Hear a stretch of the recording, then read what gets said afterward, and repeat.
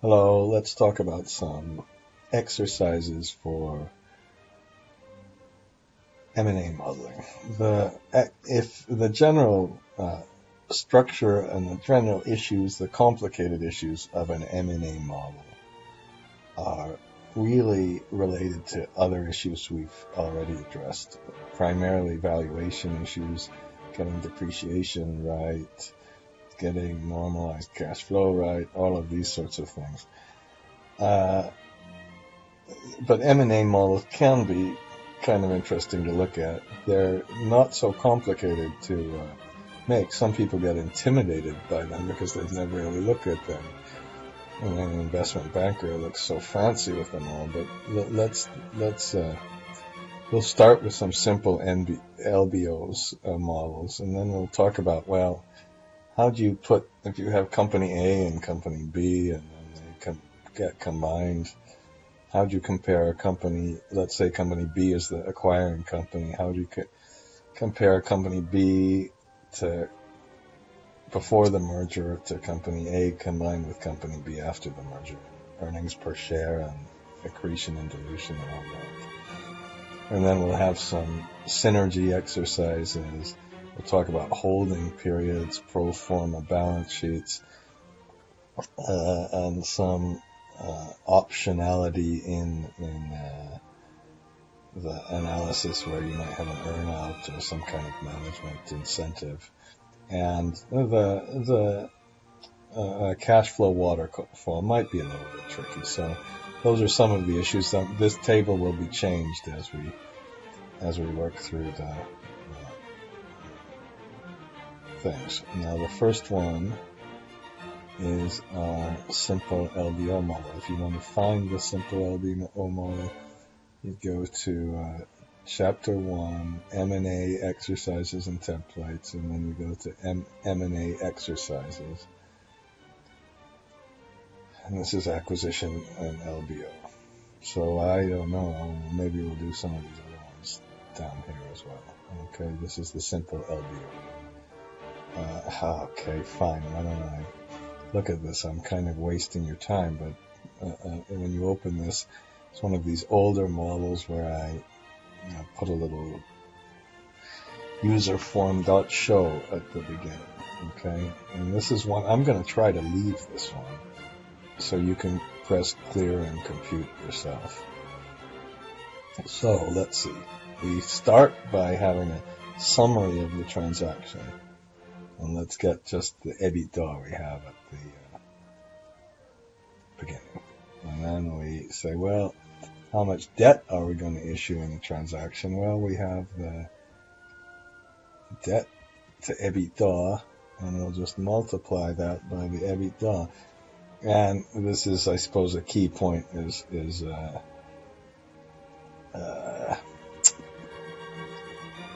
what's the right level of debt to EBITDA and how to interpret that statistic. Now, this is an extraordinarily simple enterprise value calculation.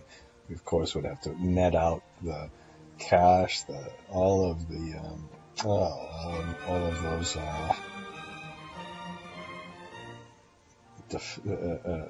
derivative liabilities. We'd have to figure out what to do with other assets and all that. So in terms of the uses of funds, well, this is so easy because all we're doing is buying a company. And when we're buying the company, we're saying, okay, I'm going to pay 6.5 times the EBITDA. That's not very big. So that'll be our uses of funds.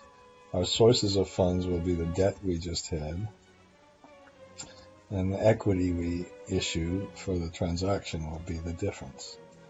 So really, in an acquisition, starting with the sources and uses is absolutely essential.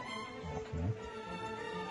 And then for the debt schedule, I said, okay, let's put in the debt term.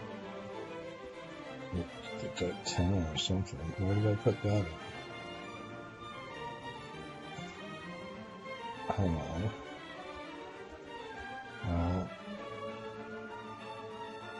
Hang on just a minute. Oh, there's the debt term. Excuse me. You can see that I'm not being dishonest. I really have not looked at this exercise in years and years. And then we'll put the interest rate in. For some reason, did I put an interest rate in the first year? Okay. Shift Control right arrow Control R. I don't have the other thing done yet. So now we use the sources and uses. Just suppose this is a little bit analogous to project finance. You use the sources and uses to then compute the things, and then you can press F4. Oops. Excuse me. Okay. And it looks like my F4 is not working. Oh, God. Okay, and then let's divide that by the debt term. Press the F4 again. Maybe I was wrong. And then the remaining amount, I should be more enthusiastic about this. Oh, look, we got the debt schedule. Oh, it's so exciting. Okay, and then we can take the interest. And another issue really in these acquisition models will be the potential circular reference. And when I press Shift Control R, I went crazy just now. Okay, but if we use the average balance, which we really should do, excuse me, when we're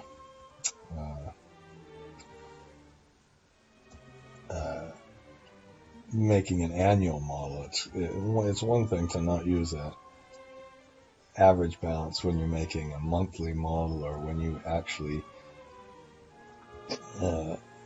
make the other when you're actually using a semi-annual model to represent the debt. Now we put EBITDA and CapEx, and then finally, what we of course should do is have a switch in here. This is a very, very simple model, so we're just going to take the final EBITDA and multiply it by our exit multiple.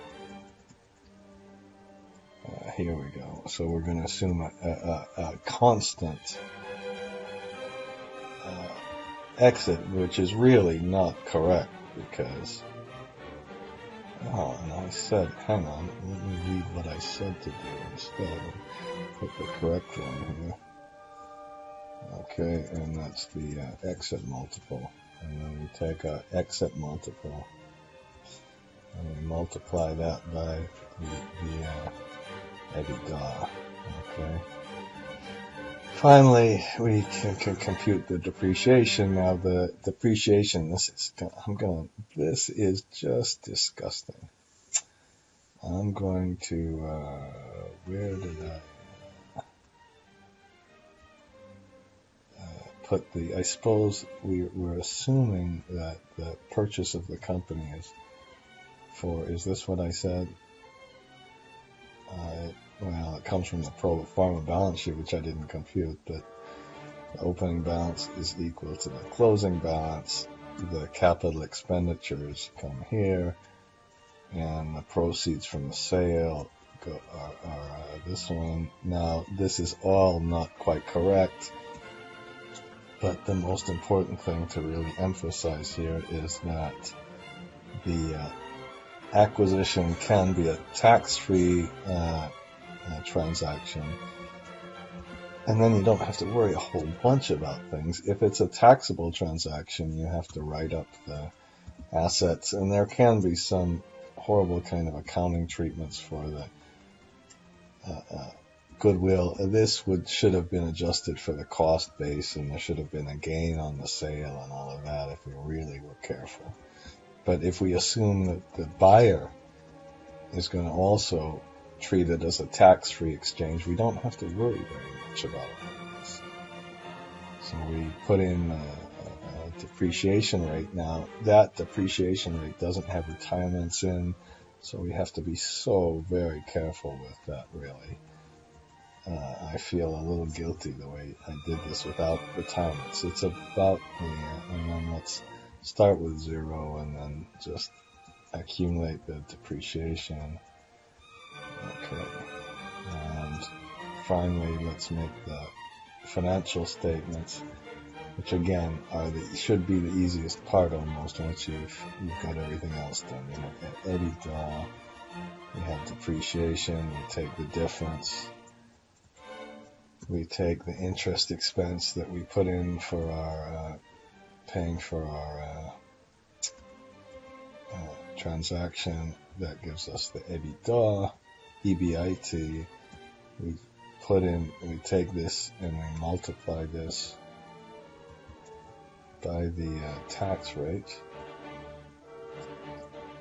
Did I put a tax rate here? Yeah, oops. Okay. And then we get our earnings. Okay. And then I'm going to keep going down. We'll take our EBITDA.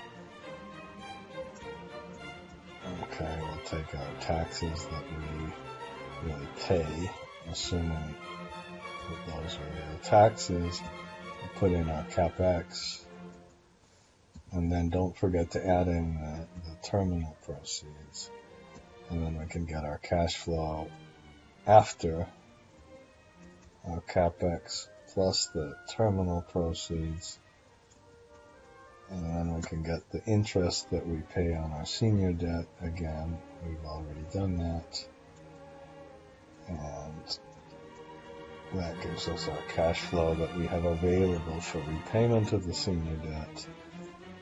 This time we've put in a fixed repayment. Now, we clearly really should have put a cash flow sweep in here. I can't believe that we didn't. I think in the next exercise, we better have a cash flow sweep, because what happened here?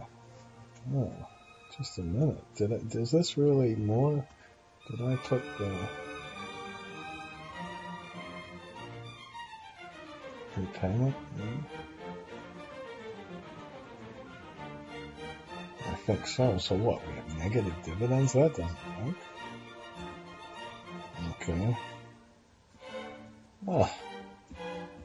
And then the cash flow to equity is what we get here. And then in the very first period, we put a negative amount, and we get the amount we started with. I'm gonna obviously look at what happened to the cash flow. But that comes from our sources and uses statement up above. Okay. And then we're finished with the model. Just Control right arrow, Control R. And we can get our equity IRR. Okay. No, it's still very good. And I'm going to pause for a minute and see what happened.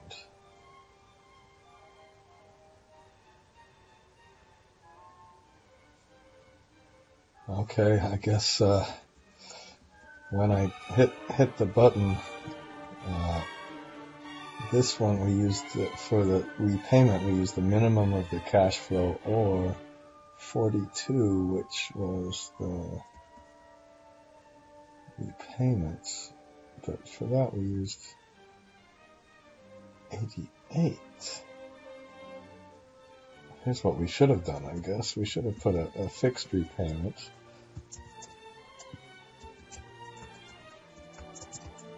Okay.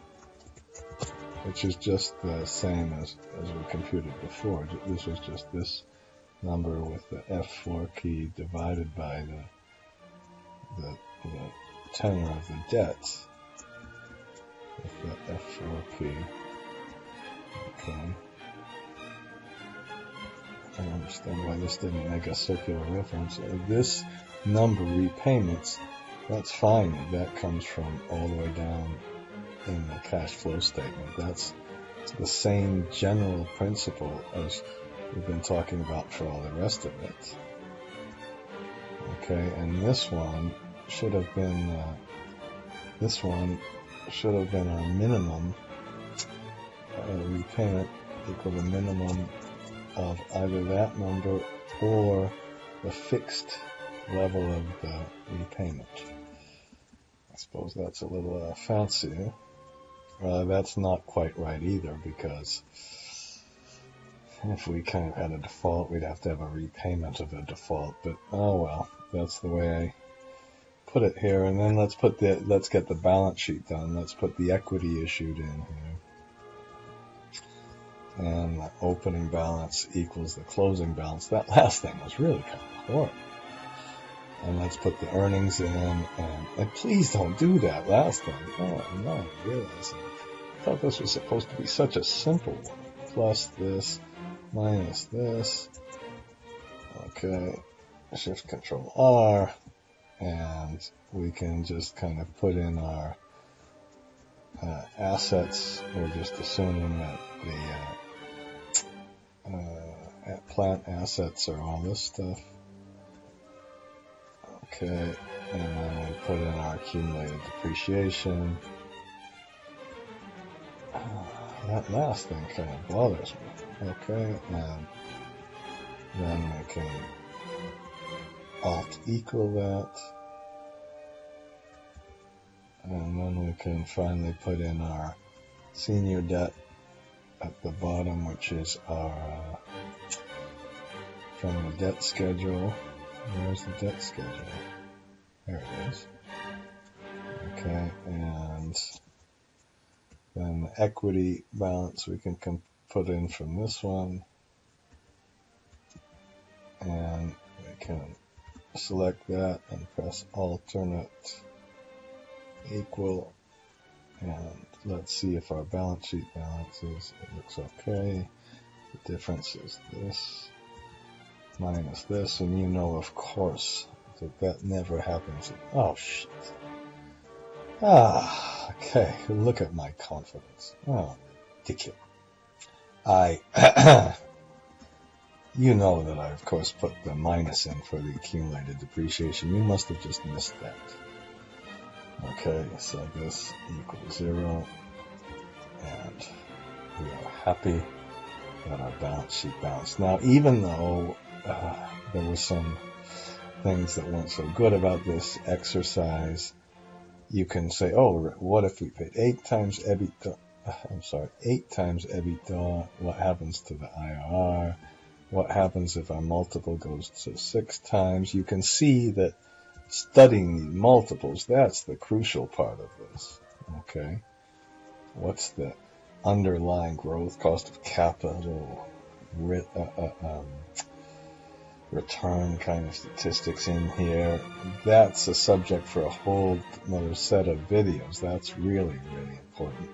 The structure of the model is essential, that you start with the transaction, go to the sources and uses, put the debt schedule and some of the other stuff in before we do the financial statements. For the balance sheet, everything has to should have a closing balance, just like in all of our other models. Okay, so that's the exercise number 1. I'm going to call this our simple LBO. And you can also see that our financing is going to be maybe a little bit of a complicated area.